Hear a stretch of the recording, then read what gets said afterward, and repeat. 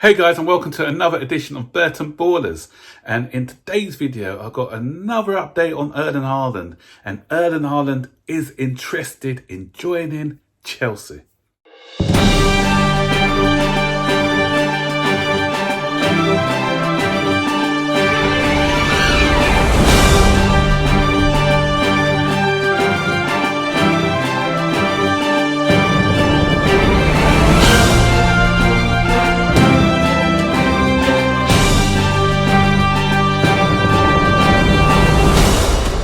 Guys, you've heard it right. This comes from an article from Matt Law in which he stated that Erling Haaland is interested in joining Chelsea, whether it's going to be this season or next. So that's really great developments in this Erling Haaland story.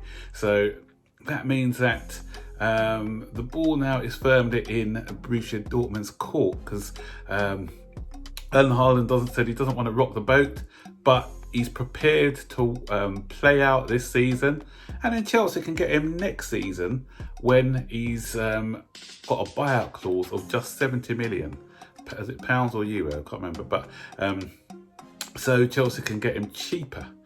So Dortmund now, they've got a decision to make. Do they hold on to a player for one season, knowing that he's going to be going to the same club who won him this season, but for a 70 million? Or do they say, okay, if he's going for, if they're definitely going to get him next season anyway for 70 million, we want to make at least another 20 to 30 million. So if Chelsea were to pay, say, 90 million pounds to secure his signature now, then that's an extra 20 million that Dortmund weren't going to be getting next season. So they say, okay, we'll let him go for between 90 and 100 million this season. Because Chelsea said they don't want to be paying 150 million. And I said that on my video 2 days ago. I said, why would we pay 150 million for somebody who we can get for 70 million the season after? It doesn't make good business sense. I know that a lot of people said, okay, the season after, a lot of other teams will be in for him and it'll be harder. But is that an extra 80, 90 million to secure his signature now? Not sure. So, and teams are smart because they know that, you know, no one's going to pay 150 million pounds that Dortmund want. So, by Chelsea putting in a lot of the groundwork now and putting in the charm offensive with his agent and the player himself, his declaration, if Matt Law's to be believed, that he's interested in joining Chelsea, I said before, it will make our position stronger. Because that, you know, if Dortmund thought they would, you know, not a bidding war. It can't be a bidding war, as I said anyway, because it's a set price. But that more clubs will come in for him, and because they know that more clubs are going to be coming in for him, it will make clubs like maybe Chelsea and Manchester City panic and try and get him now for a bigger fee. If they know that he's interested in joining Chelsea, then they no longer have that ace up their sleeve where they can use. So a couple of options I'm hearing as well, that Chelsea could do like a Pulisic style deal where they buy him this season, maybe for an extra 10 million. Say they buy him for 80 million, but they loan him back to Dortmund for the season, and then they get him next season. But again, that's a risk, because imagine he gets injured or has a poor season or something happens, then we're stuck with an 80 million pounds player who isn't gonna be up to speed. So yeah, that's another thing that we need to consider. But we did it with Pulisic. Where we agreed on a fee, and he played the last 6 months for Dortmund. So, you know, so I can't see why we can't do something similar again. So it's really interesting. There's lots of big accounts as well have been reporting on this. You know, we had Christian Falk, he's from the Build, you know, saying that there's legs in this story.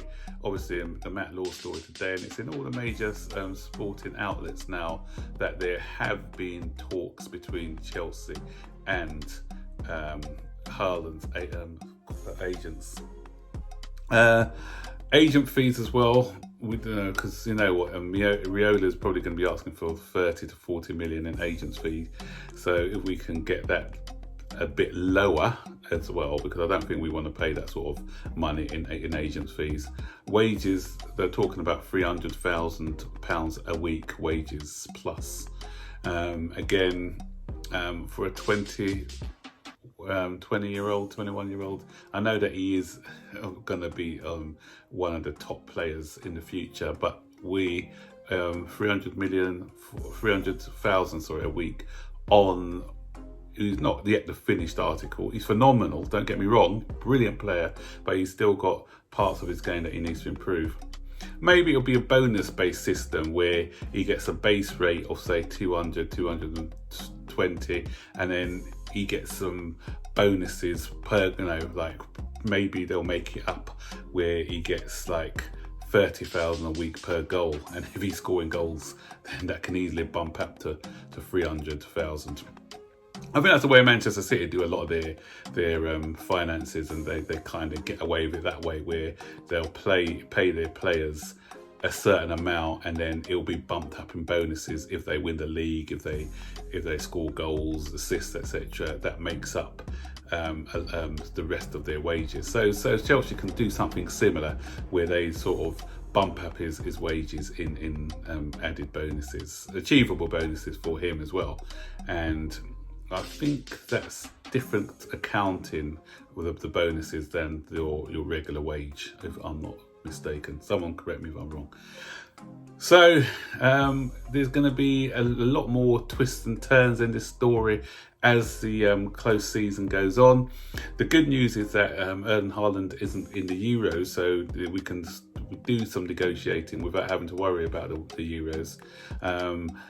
If we can get an agreement with him and his agents and everything else, either in place for this season or even for next, actually, if we can just get that agreement, then yeah, I can see Dortmund eventually buckling and letting him go this season, if it means them getting a bigger fee for him. And the only other thing as well is that Jadon Sancho is going to be leaving. So to lose Sancho and Haaland in the same season, that's something that they may be reluctant to do as well. But we'll never know. You know, this is football, and things change by the minute, as I said. So, guys, what would you be happy with a loan to you know, we buy him now and we loan him back for a season? Do you think we can cope?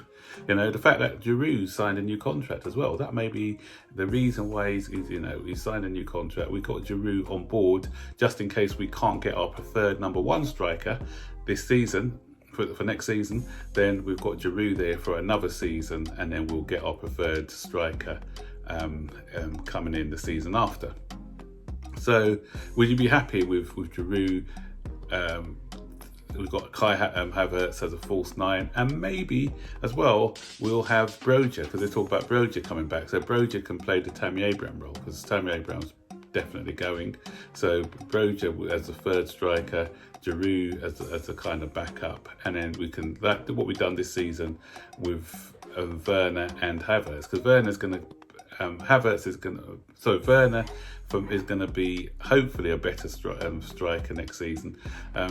Finishing, with a bit of confidence, I think his finishing can improve. So we may be able to get by next season with him and Havertz. Or do you think that's too much of a gamble to pay off, bearing in mind we were definitely lacking a striker? But the thing is, as I said, if no one's available, do we settle for second best or for what we've got, with the hope of getting our number one target for the season after? Stick your comments in the section below.